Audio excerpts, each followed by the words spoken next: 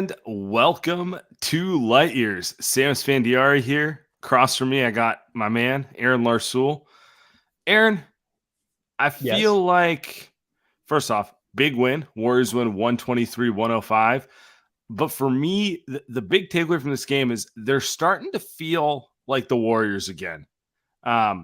Steph's not playing. Wiggins is not playing. They are undermanned. But the vibes are feeling Warriors-y, and with the update we got pregame with Steph getting a scrimmage in, and it's just a matter of time. I mean, who knows? He could play Thursday or Friday. I would probably caution against betting that, but it's right around the corner. They are starting to feel a little more like the team we thought we were going to see and have not seen most of the season. Finally. Yeah. You know what? I think that has a lot to do, especially today, with Dre and the energy that he provides. I think it's a combination of that and Clay, at least offensively. This is among the best stretches of his career.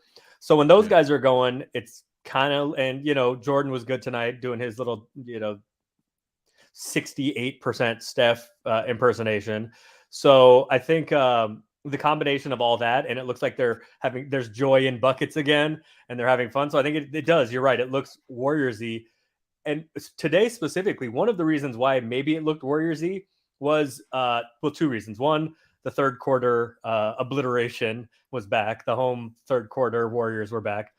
But it was also in the paint. The Warriors scored like 68 or 70 points in the paint today, and were I think 28th in the NBA with like 44 a game coming into tonight. So the traditional Warriors, I thought they were 30th, to be honest with you. The traditional Warriors, 28, 29, and 30 were very close. But the traditional Warriors used to get a bunch of buckets in the paint and at the rim because of the gravity. And there was some of that today. So I think for a few reasons, today specifically did look like the old time Warriors. But to be fair, it also looked like this season's Warriors in the first half. Yeah, I mean, like traditionally, the Warriors have leveraged the shooting threat, like the unprecedented threat that Steph and Clay present, to get easy baskets at the rim, because they've never really had kind of, a guy who puts pressure on the rim consistently, although Kuminga, anyway, but yeah, he does now. Yeah. Traditionally they haven't had that guy. This season, it's felt at times like, bro, they're just playing pickup ball and chucking from three, and and that's kind of what the first half felt like for the most part. Sloppy defense, bad shot selection, and then in the third quarter, and I feel like we need to call this one out. In the third quarter, they went to a box and one on Dame. Yeah. And Dante DiVincenzo would be my player of the game if I was given one out. Made life really difficult for Dame. And just honestly, the Blazers kind of suck. They're undermanned. It's not Blazers are not good. No. And why not? Just try to take Dame away and be like, anyone else beat us, because that's exactly what happened. But it did for me start on the defensive end. It started with Dante kind of picking up Dame, and Dame's been on an all-time run recently, right? And he had a great first half also. Shout out to grifting with a couple of the free throws. But anyway, but you know what I'm saying? Like, he could, if the Warriors brought that effort in the second half, he would have got another casual 45, 55 if he was feeling it. Type of and he probably would have been, because he was, back home. So, sure. I think he had 21 in the first half, and it didn't feel like he was really working that hard to get him either. So I feel like it starts there. And then, like you said, they just decided to start playing more aggressively and take layups. It's been frustrating watching them all year kind of have open lanes. And I get what they're looking for, but like sometimes you just got to take what the defense gives you.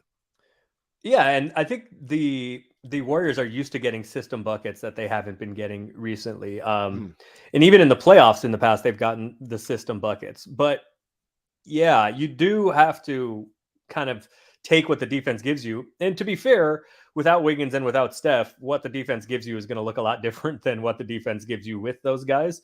But today specifically, Kuminga was leveraging the gravity of Clay.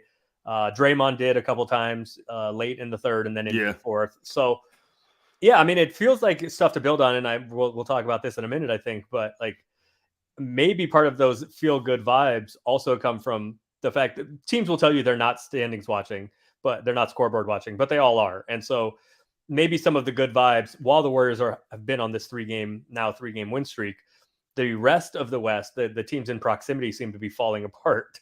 The urgency feels real. Yeah. The Warriors knew the Mavs lost to the Pacers, midway in the second quarter? Yeah, and that game. Utah lost to the Spurs, right? Yeah, and then the Clippers, Lakers had already lost. Yeah, and the Clippers obviously lost afterwards, and we'll get to the standing segment in a second. But I want to talk about the game just a little more before we get there. Like the other thing that stands out to me is like one of the more frustrating things about the Warriors is like, look, they don't have a LeBron James or like a Giannis who's gonna just like every possession pressure on the rim. Mm-hmm. But sometimes it does feel like Jordan Poole, he can get to the rim when he wants. And Kuminga is definitely an athlete whose best trait is kind of leveraging his athleticism to get to the rim. And it often feels like neither of the two use it kind of to their benefit. And that's really what changed in the third quarter there. They played with just more effort, just kind of like knowing that there's no rim protection. Just get there and take the easy points. You're not a Drew Eubanks protecting the rim guy, no? I don't think he should be slowing them down. No. Well, there was. I mean, as I've said here before, I tend to not watch the Warriors broadcast. I follow the Warriors closely enough, so I like to get a perspective from other teams' broadcasts. And frankly, most of the broadcasts are just better than the Warriors broadcast. So I was watching the first half. I was watching the Portland broadcast, but in the third quarter, I think it was when Kuminga had his big dunk. Yeah, it was late third, I think. He had said like there's no, and this was even without Eubanks, right? When Eubanks finally went to the bench, and obviously Nurk is not available. So Fitz said like they don't have any rim protection. And the next possession was, I think it was Ty Jerome that found Kuminga on the cut down the lane for the flush. So especially in those moments, and I think it's more important for Jordan to recognize that, because Kuminga is a good enough athlete and has a live enough body and a big enough body that he can attack in various situations. Right. But Jordan doesn't. And so Jordan has to make use of those opportunities when there isn't rim protection in. And I mean, you mentioned something like very important about playing with effort. The reason why Kuminga and Poole settle for jumpers, especially deep ones, is because it's easier, right? It's easy to throw up a 30-footer. It takes a lot more work to try to get to the rim. Step back. Yeah. No, I mean, that's the other part of it. It's just like it's force the issue a little more. We've tried this all year. Anyway, big win, and let's pivot to what we really want to talk about right now, which is the Warriors are out of the play-in as of today. Could change tomorrow. Probably will. But is this not the wildest standings you've ever seen? Because like before we get into it, the Clippers obviously lost. The Warriors are now technically a percentage point up on the Clippers, but for all intents and purposes, they're the same. Dallas is a half game behind them. Minnesota's a game behind them. And Phoenix is a half game up on them.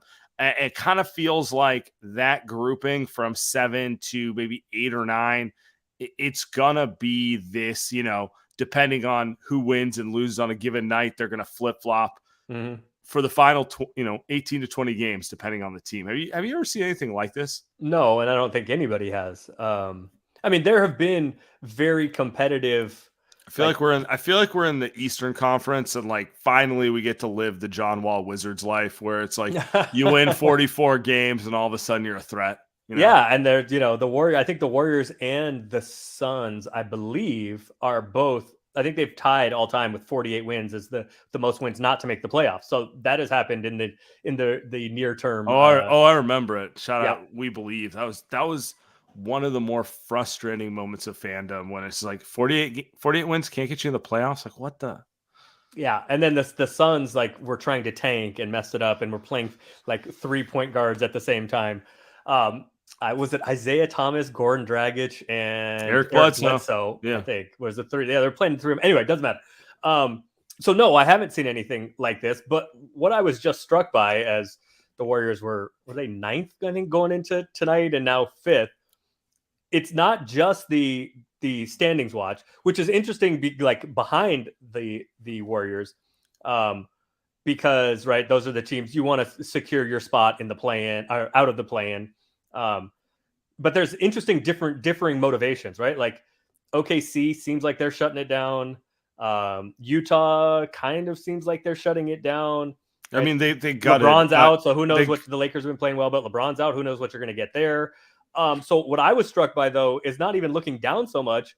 At some point, once you secure being out of the play-in, I was like, well, maybe you want to be in sixth and not fifth. No, are the Suns going to catch the King? Like all of these things, all of these permutations are interesting. But at some point, you kind of start looking at matchups too. Right. I think we're way too early to do that. Just to be clear, agree. for the Warriors, they play the Clippers on Thursday. We'll see if Steph is back for that, but I would tend to guess highly unlikely.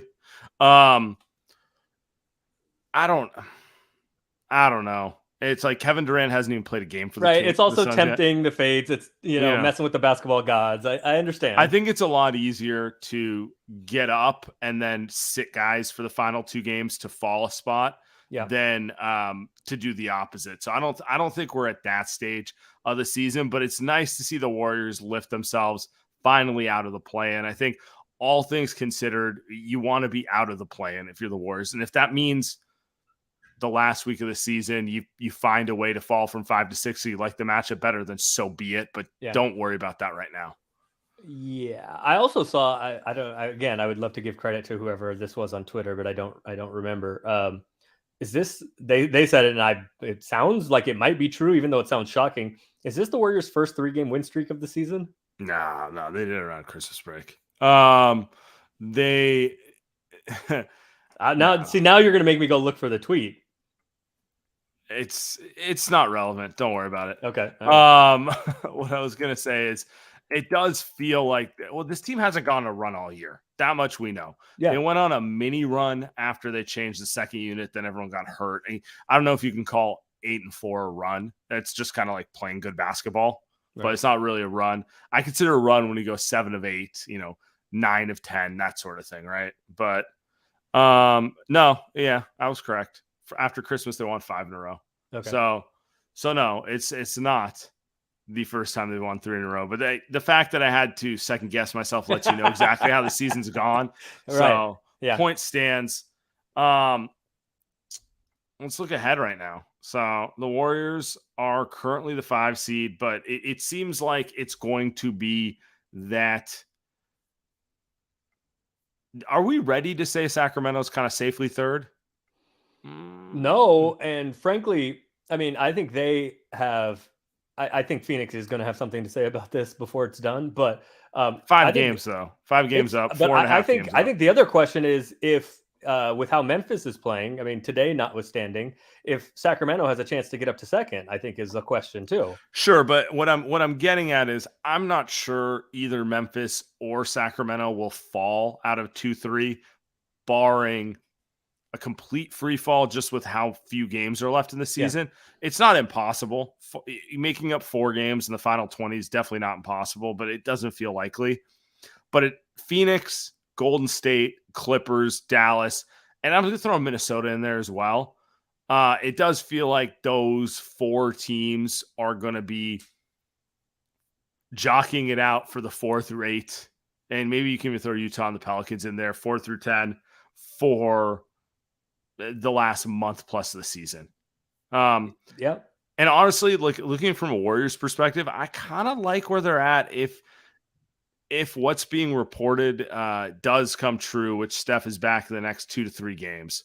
We don't know what's up with Wiggins. Hopefully he's back shortly, right around then too.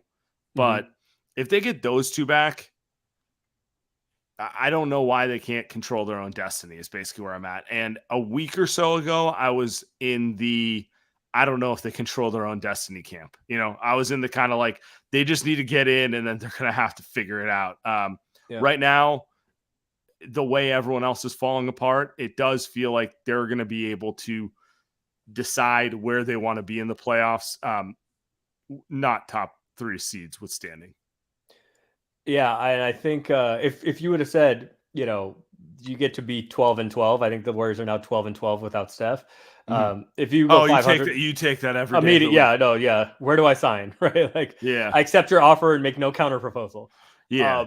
So, yeah, I think there's a lot to feel good about. And again, part of it, and this has been the case all year.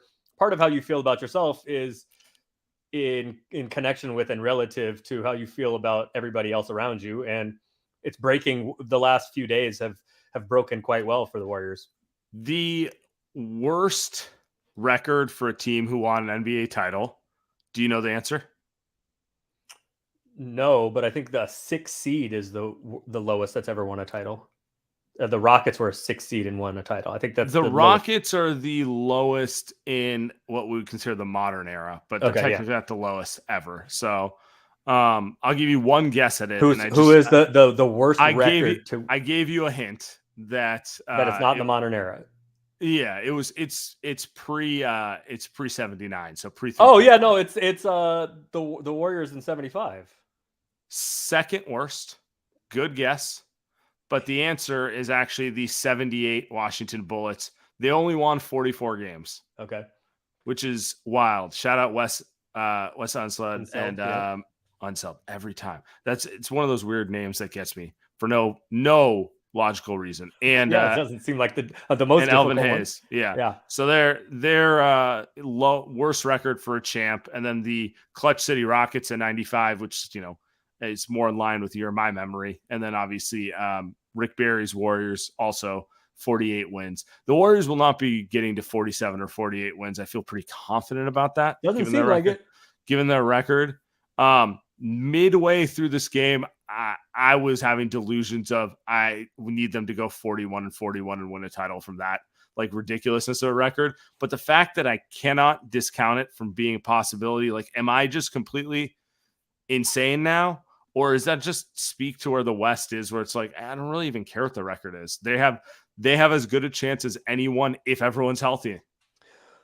I mean, both things can be true, right? Yes, you could be insane, but we talked about it the other day when I was on. Do they have as good a chance as anybody? No, but I don't know if four guys are healthy. I'm not picking against them in any series in the West. Yeah.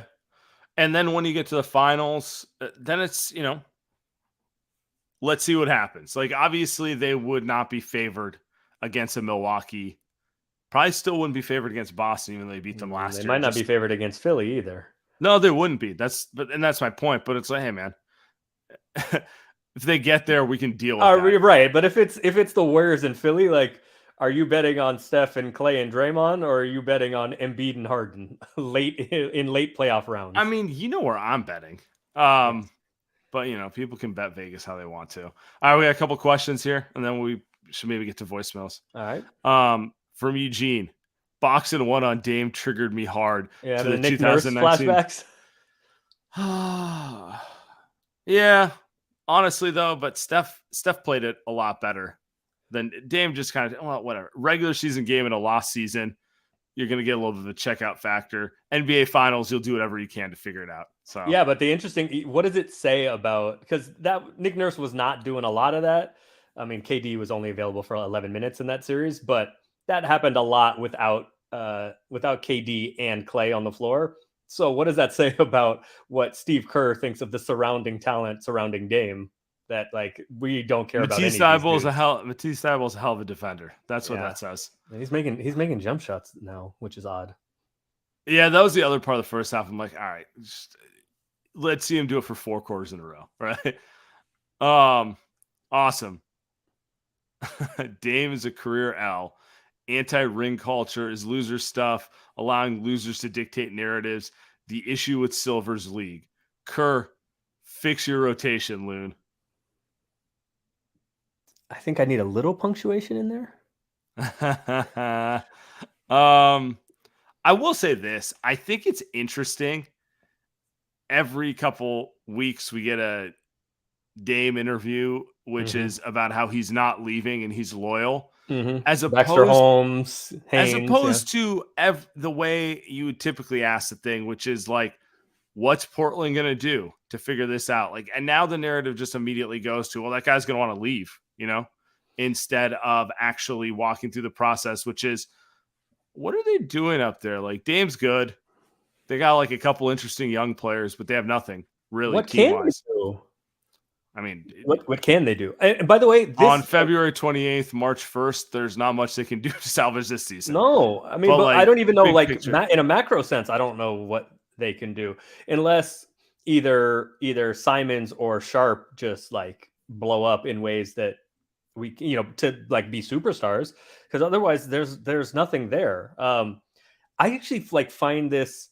I don't find the Dame like I'm staying conversation interesting anymore. He said he's staying.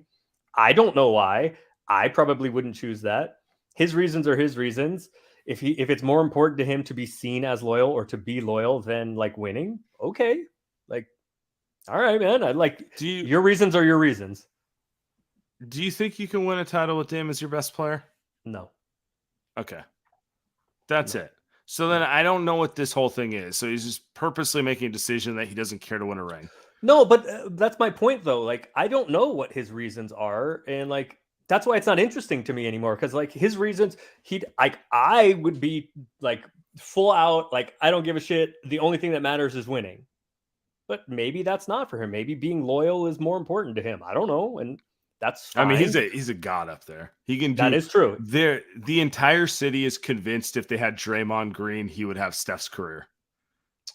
I don't know how many people have like alluded to that, and I'm just saying, I'm just like, I mean, it rains 300 days a year. I don't need to make your life worse.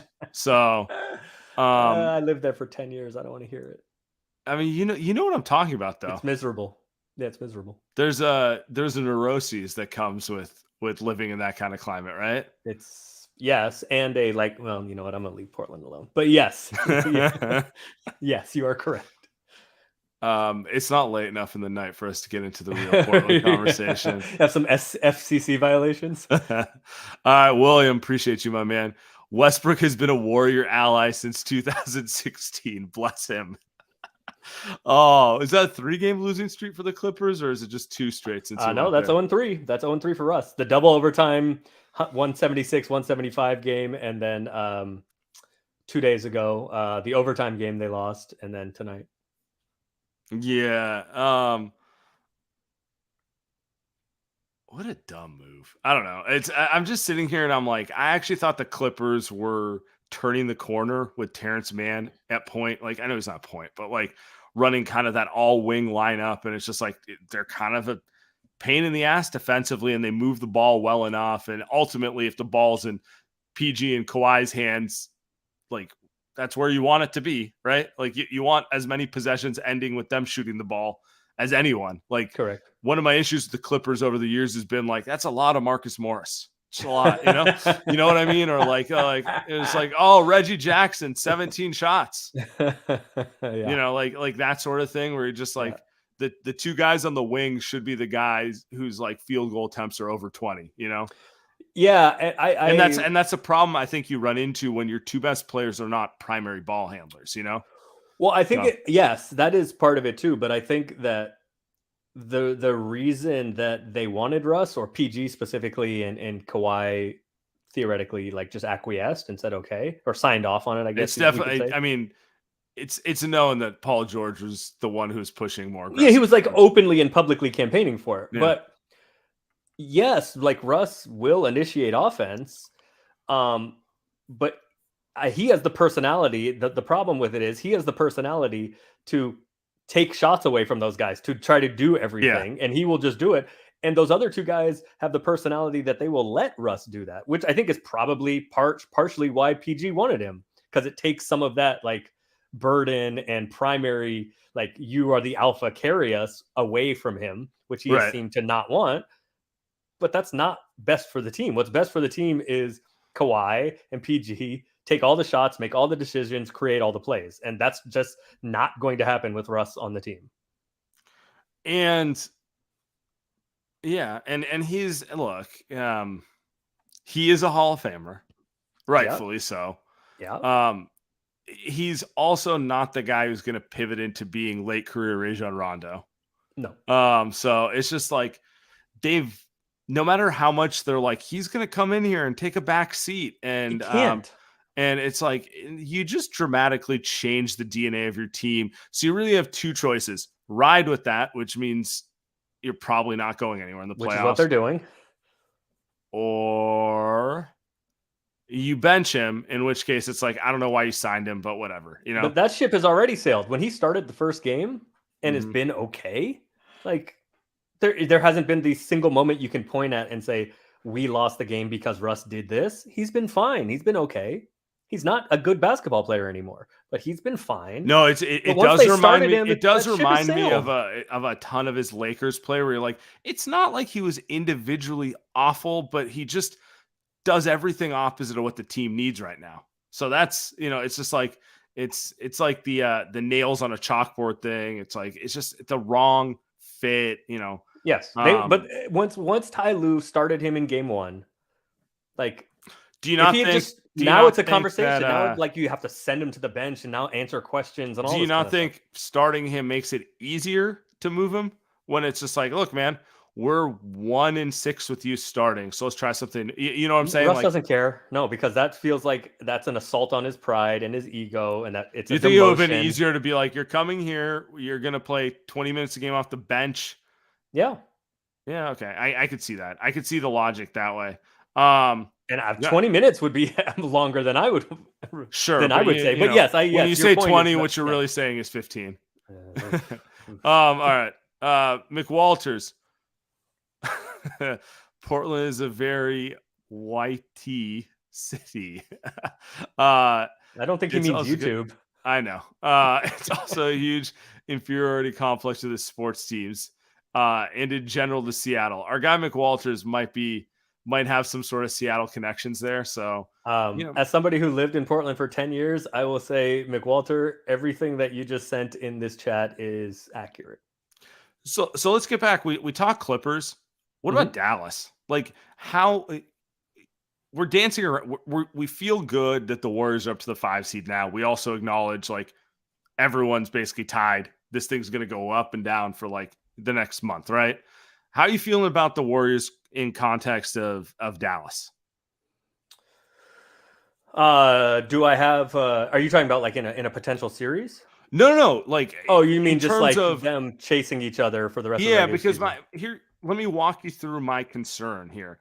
Before a week ago, I was thinking I could see the Warriors getting it together, but I don't know if they're going to have enough games to catch up to Dallas and the Clippers. And then right after I said that, Dallas has lost like 3 in a row. Yeah, I think they're Clippers have lost one and 3 in a four row, since and they look got Kyrie. and it's not just the losses. Their problems look like something that they can't quote unquote flip a switch to figure out. It I feels agree. like something that's going to be like, no, given that we're in March now, I don't think they're solving them before the playoffs start type of thing. Yeah, so Dallas, I mean, let's just put like one thing as like it is just we'll enter it in as evidence and then we don't have to talk about it anymore. Dallas is horrible defensively. So we'll just put that They aside. traded whatever little defense they had Yes. to get Kyrie. Luka is one of the best whatever players in the league, but he's also one of the most difficult players to play with in the league. Not in the ways that Trey is, because like guys just don't like Trey. People like Luka, but when you have the ball for that long, all the time, it's difficult to play with because if you're one of the others, you don't get to touch the ball. You may not touch the ball for 4 or 5 trips. And when you do, the Yeah, only thing you get to do is catch and shoot. It's hard to get a rhythm. It's tough to play with guys like that. right. Now, introduce another guy that's going to have the ball the whole time with 20 games left in the season and you guys just figure it out.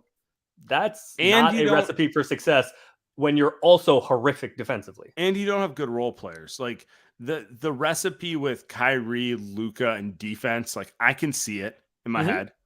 head. They don't have the defense, and But they have zero chemistry with Kyrie and Luka together. So yes. like it's very, yeah. I mean, I guess I probably should have considered this a little more. So I thought they'd hit the ground a little faster, but like No, they scream 500 the rest of the way at best. One game they're hot, one game they look like they have no clue how to play with each other, and just back and forth is probably going to be what they're going to be the rest of the way. So like for forever, right? You have LeBron. What you do is you get shooting and defense around him, and that's how you build a team. Sure. So I think a Kyrie and Luka with shooting and defense like sounds good in theory. I think that's probably the best recipe for success. Right. However, I think you're sunk as a defensive team with Kyrie and Luka. Like there's only a certain level that you can get to, and that level is not good enough to win anything significant. Yeah. I mean, I think they can get to the level they got to last year, but no, actually I don't, because I don't think they have the role players they had last year, but like in theory. Anyway, I think all this actually sets up really nicely for the Warriors if Steph does come back in the next couple of games and Wiggins comes back at the same time, because those teams just inserted problems. Yeah. And maybe they're the right moves to make long term, but they're definitely not the right moves to make if your goal is to win as many games as you can in the month of March. Well, and the other thing as it relates to, to bring us back to the Warriors, you're saying integrating, like the Warriors aren't going to have that same problem integrating Steph and Wiggs because they have the institutional knowledge of doing it before. The question though is, and I don't know that anybody knows the answer to this, is that Wiggs was great at the beginning of the year, got injured, and then had like some weird stuff, and then came back and wasn't any good. And now he's gone again. But this isn't injury related. But how quickly is he going to get back to whatever he can be when he comes back? Is I think part of the equation. I still think it's easier because he's done it in the context of the team with these exact same teammates. Whereas with those other situations with the Kyrie or Russ, they don't know what their like correct balance is. So they're not like trying to rediscuss. They've never had it together. Yeah. There's nothing to fall back on. Yeah. Right. Yeah. Like it's like, could it take Wiggins more than a game or two? Possibly, probably, honestly. I don't even mean to like reintegrate him. I mean, like it looked like his game individually had disappeared when he came back from injury. So yeah, I'm wondering. He looked. I didn't know if it was just rust or just the malaise, the mids. It looked like a little bit of everything. But I hear you on that. Let's get to voicemails, Tim.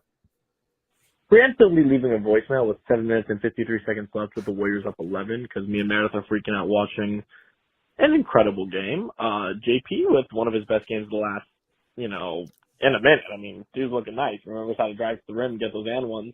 Still taking a stupid ass fucking dumbass step back threes after making one shot from 30 feet, but hey, we'll take it.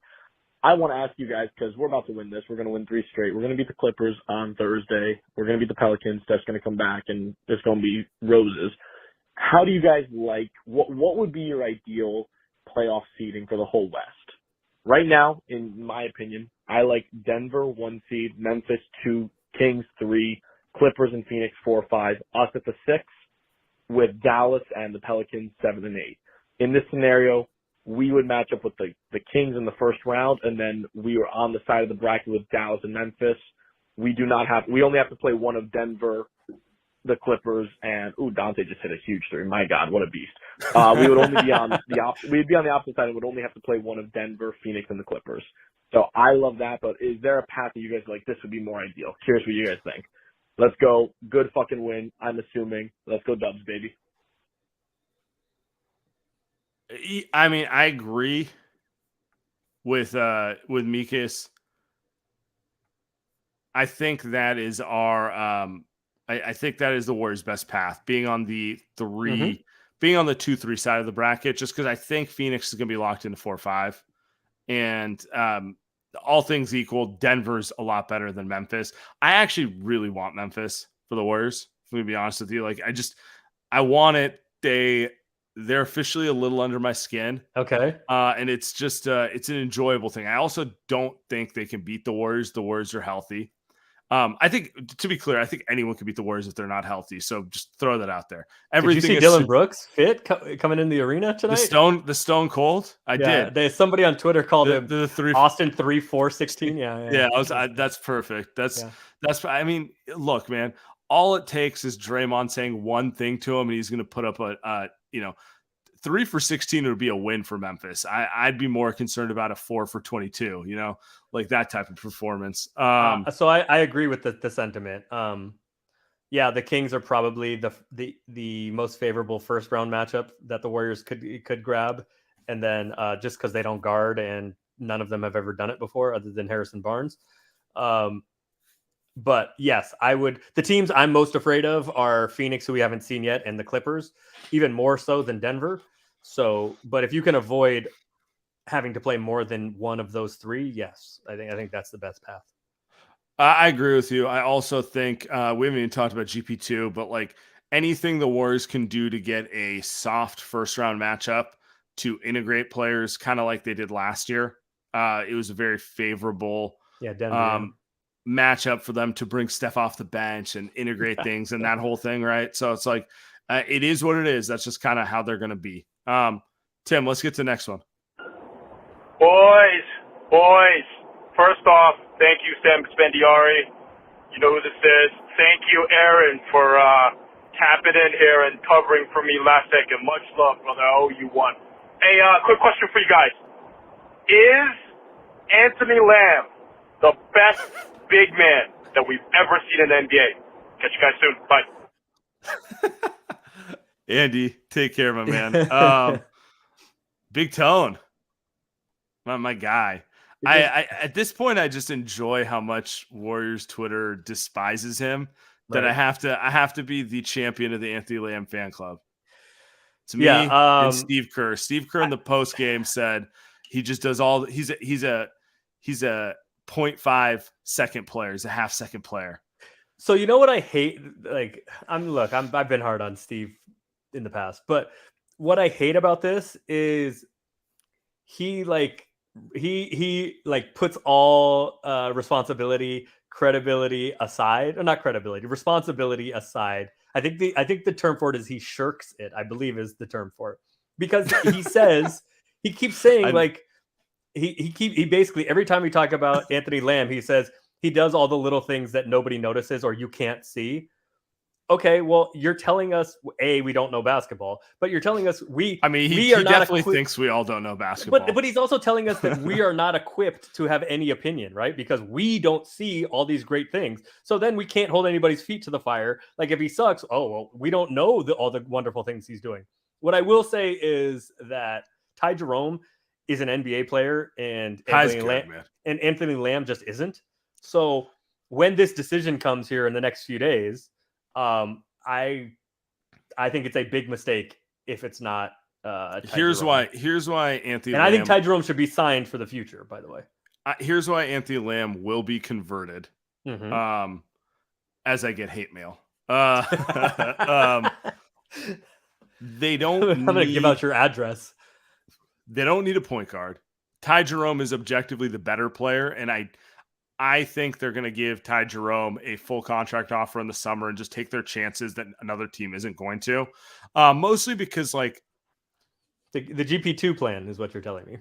Yeah, but also his style of play doesn't fit every NBA team. Like most NBA team want a guy who puts more pressure on the rim out of pick and roll than Ty Jerome does. Ty Jerome's perfect for a motion offense, right? Mm-hmm. Anyway, so that's first thing. But second off, they want guys they can play in the front court. And while Anthony Lamb is maybe the same size as Moses Moody, he does play in the front court. So I mean, technically, sure. All right, how about this? And I'll put it this way. The reason Steve likes him is because he sticks to the game plan. Mm-hmm. And he just doesn't screw up and get in Draymond or Wiggins' way. How do you know? Steve has told us we don't see what he's doing, all the wonderful. How do you know? Can you see any scenario outside of catastrophic injuries to the whole team? Can you imagine Anthony Lamb playing and succeeding in a playoff game? I cannot. Yes. Can you imagine? I can imagine him playing. It's happening. I can imagine him playing. I don't think it's going to go well. Can you imagine? It's much easier for me to picture that with Ty Jerome. Ty Jerome's it's literally the only position they have depth at. So. That's fine. And by the way, talking about size, Ty Jerome might be the same size as Anthony Lamb. He really isn't that far off. It's like a half-inch difference. and Lamb's a little thicker. So yeah, and they're about the same quality athlete too, which is to say not at all. Neither of them are Kuminga head above the rim. That's for sure. I think it's a state. I mean, I still think it's this is his JTA this year. He's a shooter more than the playmaker, but it's just like that's who he likes. He's going to ride with him, and he's going to make the front office get him someone who's better than Anthony Lamb at the specific things he wants. Otherwise, he's going to play Lamb. Which brings me to the buyout question, which we didn't discuss. By the time people are listening to this pod, I assume the buyout deadline will have passed, so I didn't really want to dig into it. But Nerlens Noel, Stanley Johnson, who else is out there? I mean, Juancho. Will Barton's no longer, but yeah, Juancho, yeah. Juancho just got battled out. Those three at least profile as front court players, which is, I think, the only place the Warriors would look to add someone. Like, they don't need a guard, right? So it's going to be guys who could potentially play the 4 or the 5 in the Warriors system. And those three guys, those are their positions. If they're a Warrior. I don't think they're signing any of them, to be honest with you. Should they? I mean, yes. Who would you want out of the three? Juancho, probably. Bo Cruz? Juancho, probably. I mean, I think Nerlens is probably the best player of the group, but Steve just won't play him, so that doesn't make any sense. The Warriors could use him, but he just won't play. He just won't play. He's for the probably Warriors. better than JaMychal Green at this stage of JaMychal's career. He just won't. But Steve just won't play him, so I think it's moot. So I don't think Steve Steve wants to insert a buyout. I mean, he say what you want, but the man buys into the value of continuity. And in a West where half the team shook up their roster, it could have value. Could be right. Sure. I mean, he's just like, yes, sure. I mean, that like conceptually makes a ton of sense. There's a reason Warriors fans are not particularly high on Anthony Lamb. Yes, it's not ideal. It's let's get to the next one, Tim. All right. Just when I think I'm out, they drag me back in again. I swear, Wolves comeback win. I was prepared to give up that night. Tonight, not as much, because they did get the win against the Wolves, but I was starting to get ready to be like, okay, yeah, we're here we go again. But somehow, they still survive. And I have told myself after the long season that I'm not going to get very serious about this team until they're at least 3 games. I'm giving it 3 games above 500. So, my question to you is, do you think that they can actually string this together and get 3 games above 500 even before Steph comes back? Possibly. I don't know. Maybe. I mean, honestly, it's kind of impressive that they're 3-1 after the All-Star break. So, what do you guys think? Thanks. Bye. Appreciate the call, my man. They're so confusing. I don't know. That's the real answer. They this has been a good run. They might get blitzed on Thursday or lose for no reason on Friday. I would think the Clippers view Thursday as a must-win in the context of they know they're getting the Warriors without Steph and Wiggins, and it's just, I mean, they should win that. Just to be clear, like if you're looking at it, it's like one team has all their main guys. Crypto or Chase? It's at Chase. Well, so Warriors are pretty damn good there, but there doesn't seem like there's any rhyme or reason to the Warriors season. So yeah, yeah, okay. Tim, next one. What's up, guys? This is Zay from DC. Wow, this was a phenomenal win, best win of the season, and it's not even close. This was the first time, I think, all season that we've seen that third quarter Warriors, and man, was it beautiful. And we didn't have Steph or Wiggins or GP2, and we just got them waiting, and and plus, not even to mention, it's our first time that we won. Actually, I don't think it's our first time winning 3 games in a row, but still, we're on a 3-game winning streak. We're in the 6th seed in the West right now. Could be the 5th. I know it's the 6th right now, but best win of the season. I think these past 2 wins made or break us, and it definitely made us. And I think this can be a great turning point to really get ourselves out of a potential play-in. And it just feels great. It looks great right now, and I think this was a real turning point, if anything else. Thanks, guys. Appreciate the call. It does feel good. Like I'm feeling like the Warriors finally control their own destiny. Like that's the big thing I walk away with this. Like the amount of games they've had to play without Steph, you just feel like someone else gets to decide what the Warriors are going to be, and they're going to get Steph back, and they're going to be probably tied for the 5 or the 6 or the 7 at that point. And then it's just going to be like, all right, you got 15 games. Land where you want to land. And given how the season's gone, I don't think you can ask for much more than that at this point.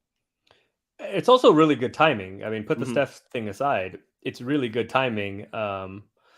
Like coming out of the break, lose to the Lakers, but win these 3. These are all games against teams in like they count for more than just one game because they're teams you're going up against. So yeah, because you're beating them or losing to them, like right? Two game swing. But the other part of it is sometimes it can be like considered a 3-game swing. For example, the Minnesota game, you're right there connected with Minnesota, but the Warriors win also got the Warriors the tiebreaker at the moment, right? The Warriors are now up 2-1 on Minnesota. So the timing of it is perfect because all these teams, even going forward, Clippers, Pelicans, Lakers again, like all of these teams are kind of in the mix together. So this is a great time to be going on, having this stretch or to be playing better during this stretch.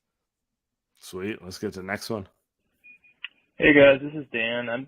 I'm just finished watching the third quarter, and I've been thinking about, like, it seems like one of the reasons the defense, like the reason we were able to come back was just defensive scheme flexibility, making adjustments. And I'm just curious why y'all think we haven't been doing more of that this year. Like, nothing has changed really about the personnel. If anything, we've lost some of our better defenders recently. And so I'm just wondering why we haven't been making more of those kinds of adjustments, or is it just that Portland's really bad? Thanks. I'm looking forward to hearing your answer.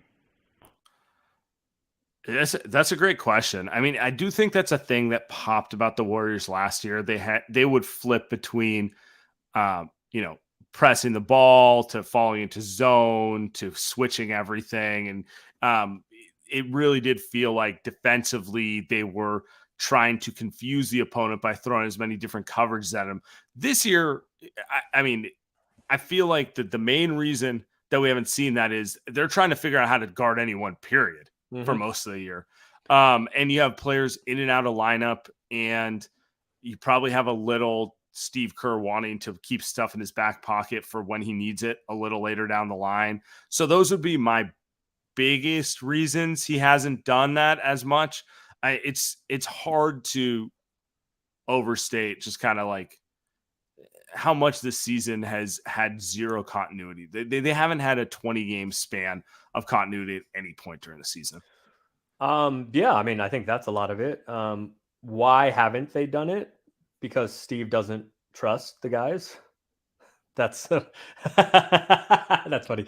Because Steve doesn't trust the guys, right? And if you don't trust them to do it, you're only going to stick with the basic stuff, right? If you don't trust somebody to go to the other stuff. Also, Portland is incredibly susceptible to this because everybody other than Dame is terrible. Without Simons, there's not a lot of risk. Grant got going a little bit. Mike Brown is another factor. Mike Brown not being a coach here anymore is another factor. And then I think the main one is like Dante's good. He's a good defensive player, but like they don't have GP. Well, they do have GP2, but he hasn't played this season for the Warriors, right? So GP2 and Otto and like the personnel just isn't as good defensively either. And Draymond, who's still really good, is 2% worse.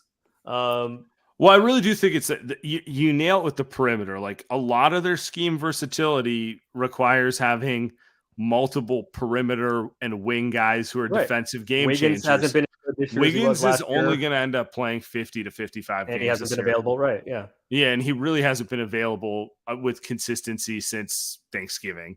And then obviously they acquired GP2 because they decided enough. We need a perimeter defender, and he promptly is hurt. So it's like, and you don't have a lot of options. And Steve went to this because the offense was struggling, right? With Steph and Poole and Clay together. But when you're playing those three guys, there's not like a lot of room to throw all kind of junk defenses and mix it up, because they're just not like, that's not going to hold up. Right. Let's do one more call and we'll call it a day. All right. Yo, what up? Pastors here. And oh boy. Thank you, Portland, for being the crap franchise that you are. I knew you had it in you, blowing a huge lead just because you're a completely horrendous organization that can even keep your players properly healthy and try to trade away people year after year who are injured. You had this coming to you. Great job, Portland. Way to go. Good job, Dubs. We're crawling back up there. We're almost up to 5th. Very nice. The whole West decided to lose this evening. Phenomenal. Can't believe we came back and won today. Looking promising. We're going to smack down the Clippers this next game. I can already tell with Russell Westbrook hitting the key 3 late in the game that they lost to Minnesota that he's going to be jacking up shots right and left, and he's going to basically cinch a win for us on Thursday. All right, guys. Enjoy. Bye. I like it. By the way, shout out Pastor McWalters. Good energy calling in. It's he's the closer. Got to bring him in, get the save, get us out on the right note. I mean, yeah, I'm feeling good about the direction, particularly with the updates that we're getting Steph back, hopefully sooner than later. Come back soon, Wiggins, and we'll see. Let's get a little run. Like I said, delusionally thinking about the Warriors making the finals, going 42-40, has me giddier than I should be. I mean, I think you have the Warriors. Your perfect season from now on is the Warriors. Like, I think you even maybe want the Warriors to go like 40-42 and still win it. I mean, if they get it done at 42-40, like, how do they top that next year? They might need to go 40-42 is better. Being under 500 and so I'm saying, and they just have to go worse. They have to do it from the 10 seed. It's got to be like even more embarrassing. Go like 36 and 46. Somehow be the 10 seed and then still run the table. Like it's not setting a good precedent. It's like if you think they play with their food, you don't want to see how much they play with their food if they can actually run the table from a 500 record. That is fair. I mean, it's an interesting like social science experiment, but I do not think it is the best path forward. No, not at all. All right, Aaron, I appreciate you, my man. Everyone, thanks for subscribing, listening. We'll be back.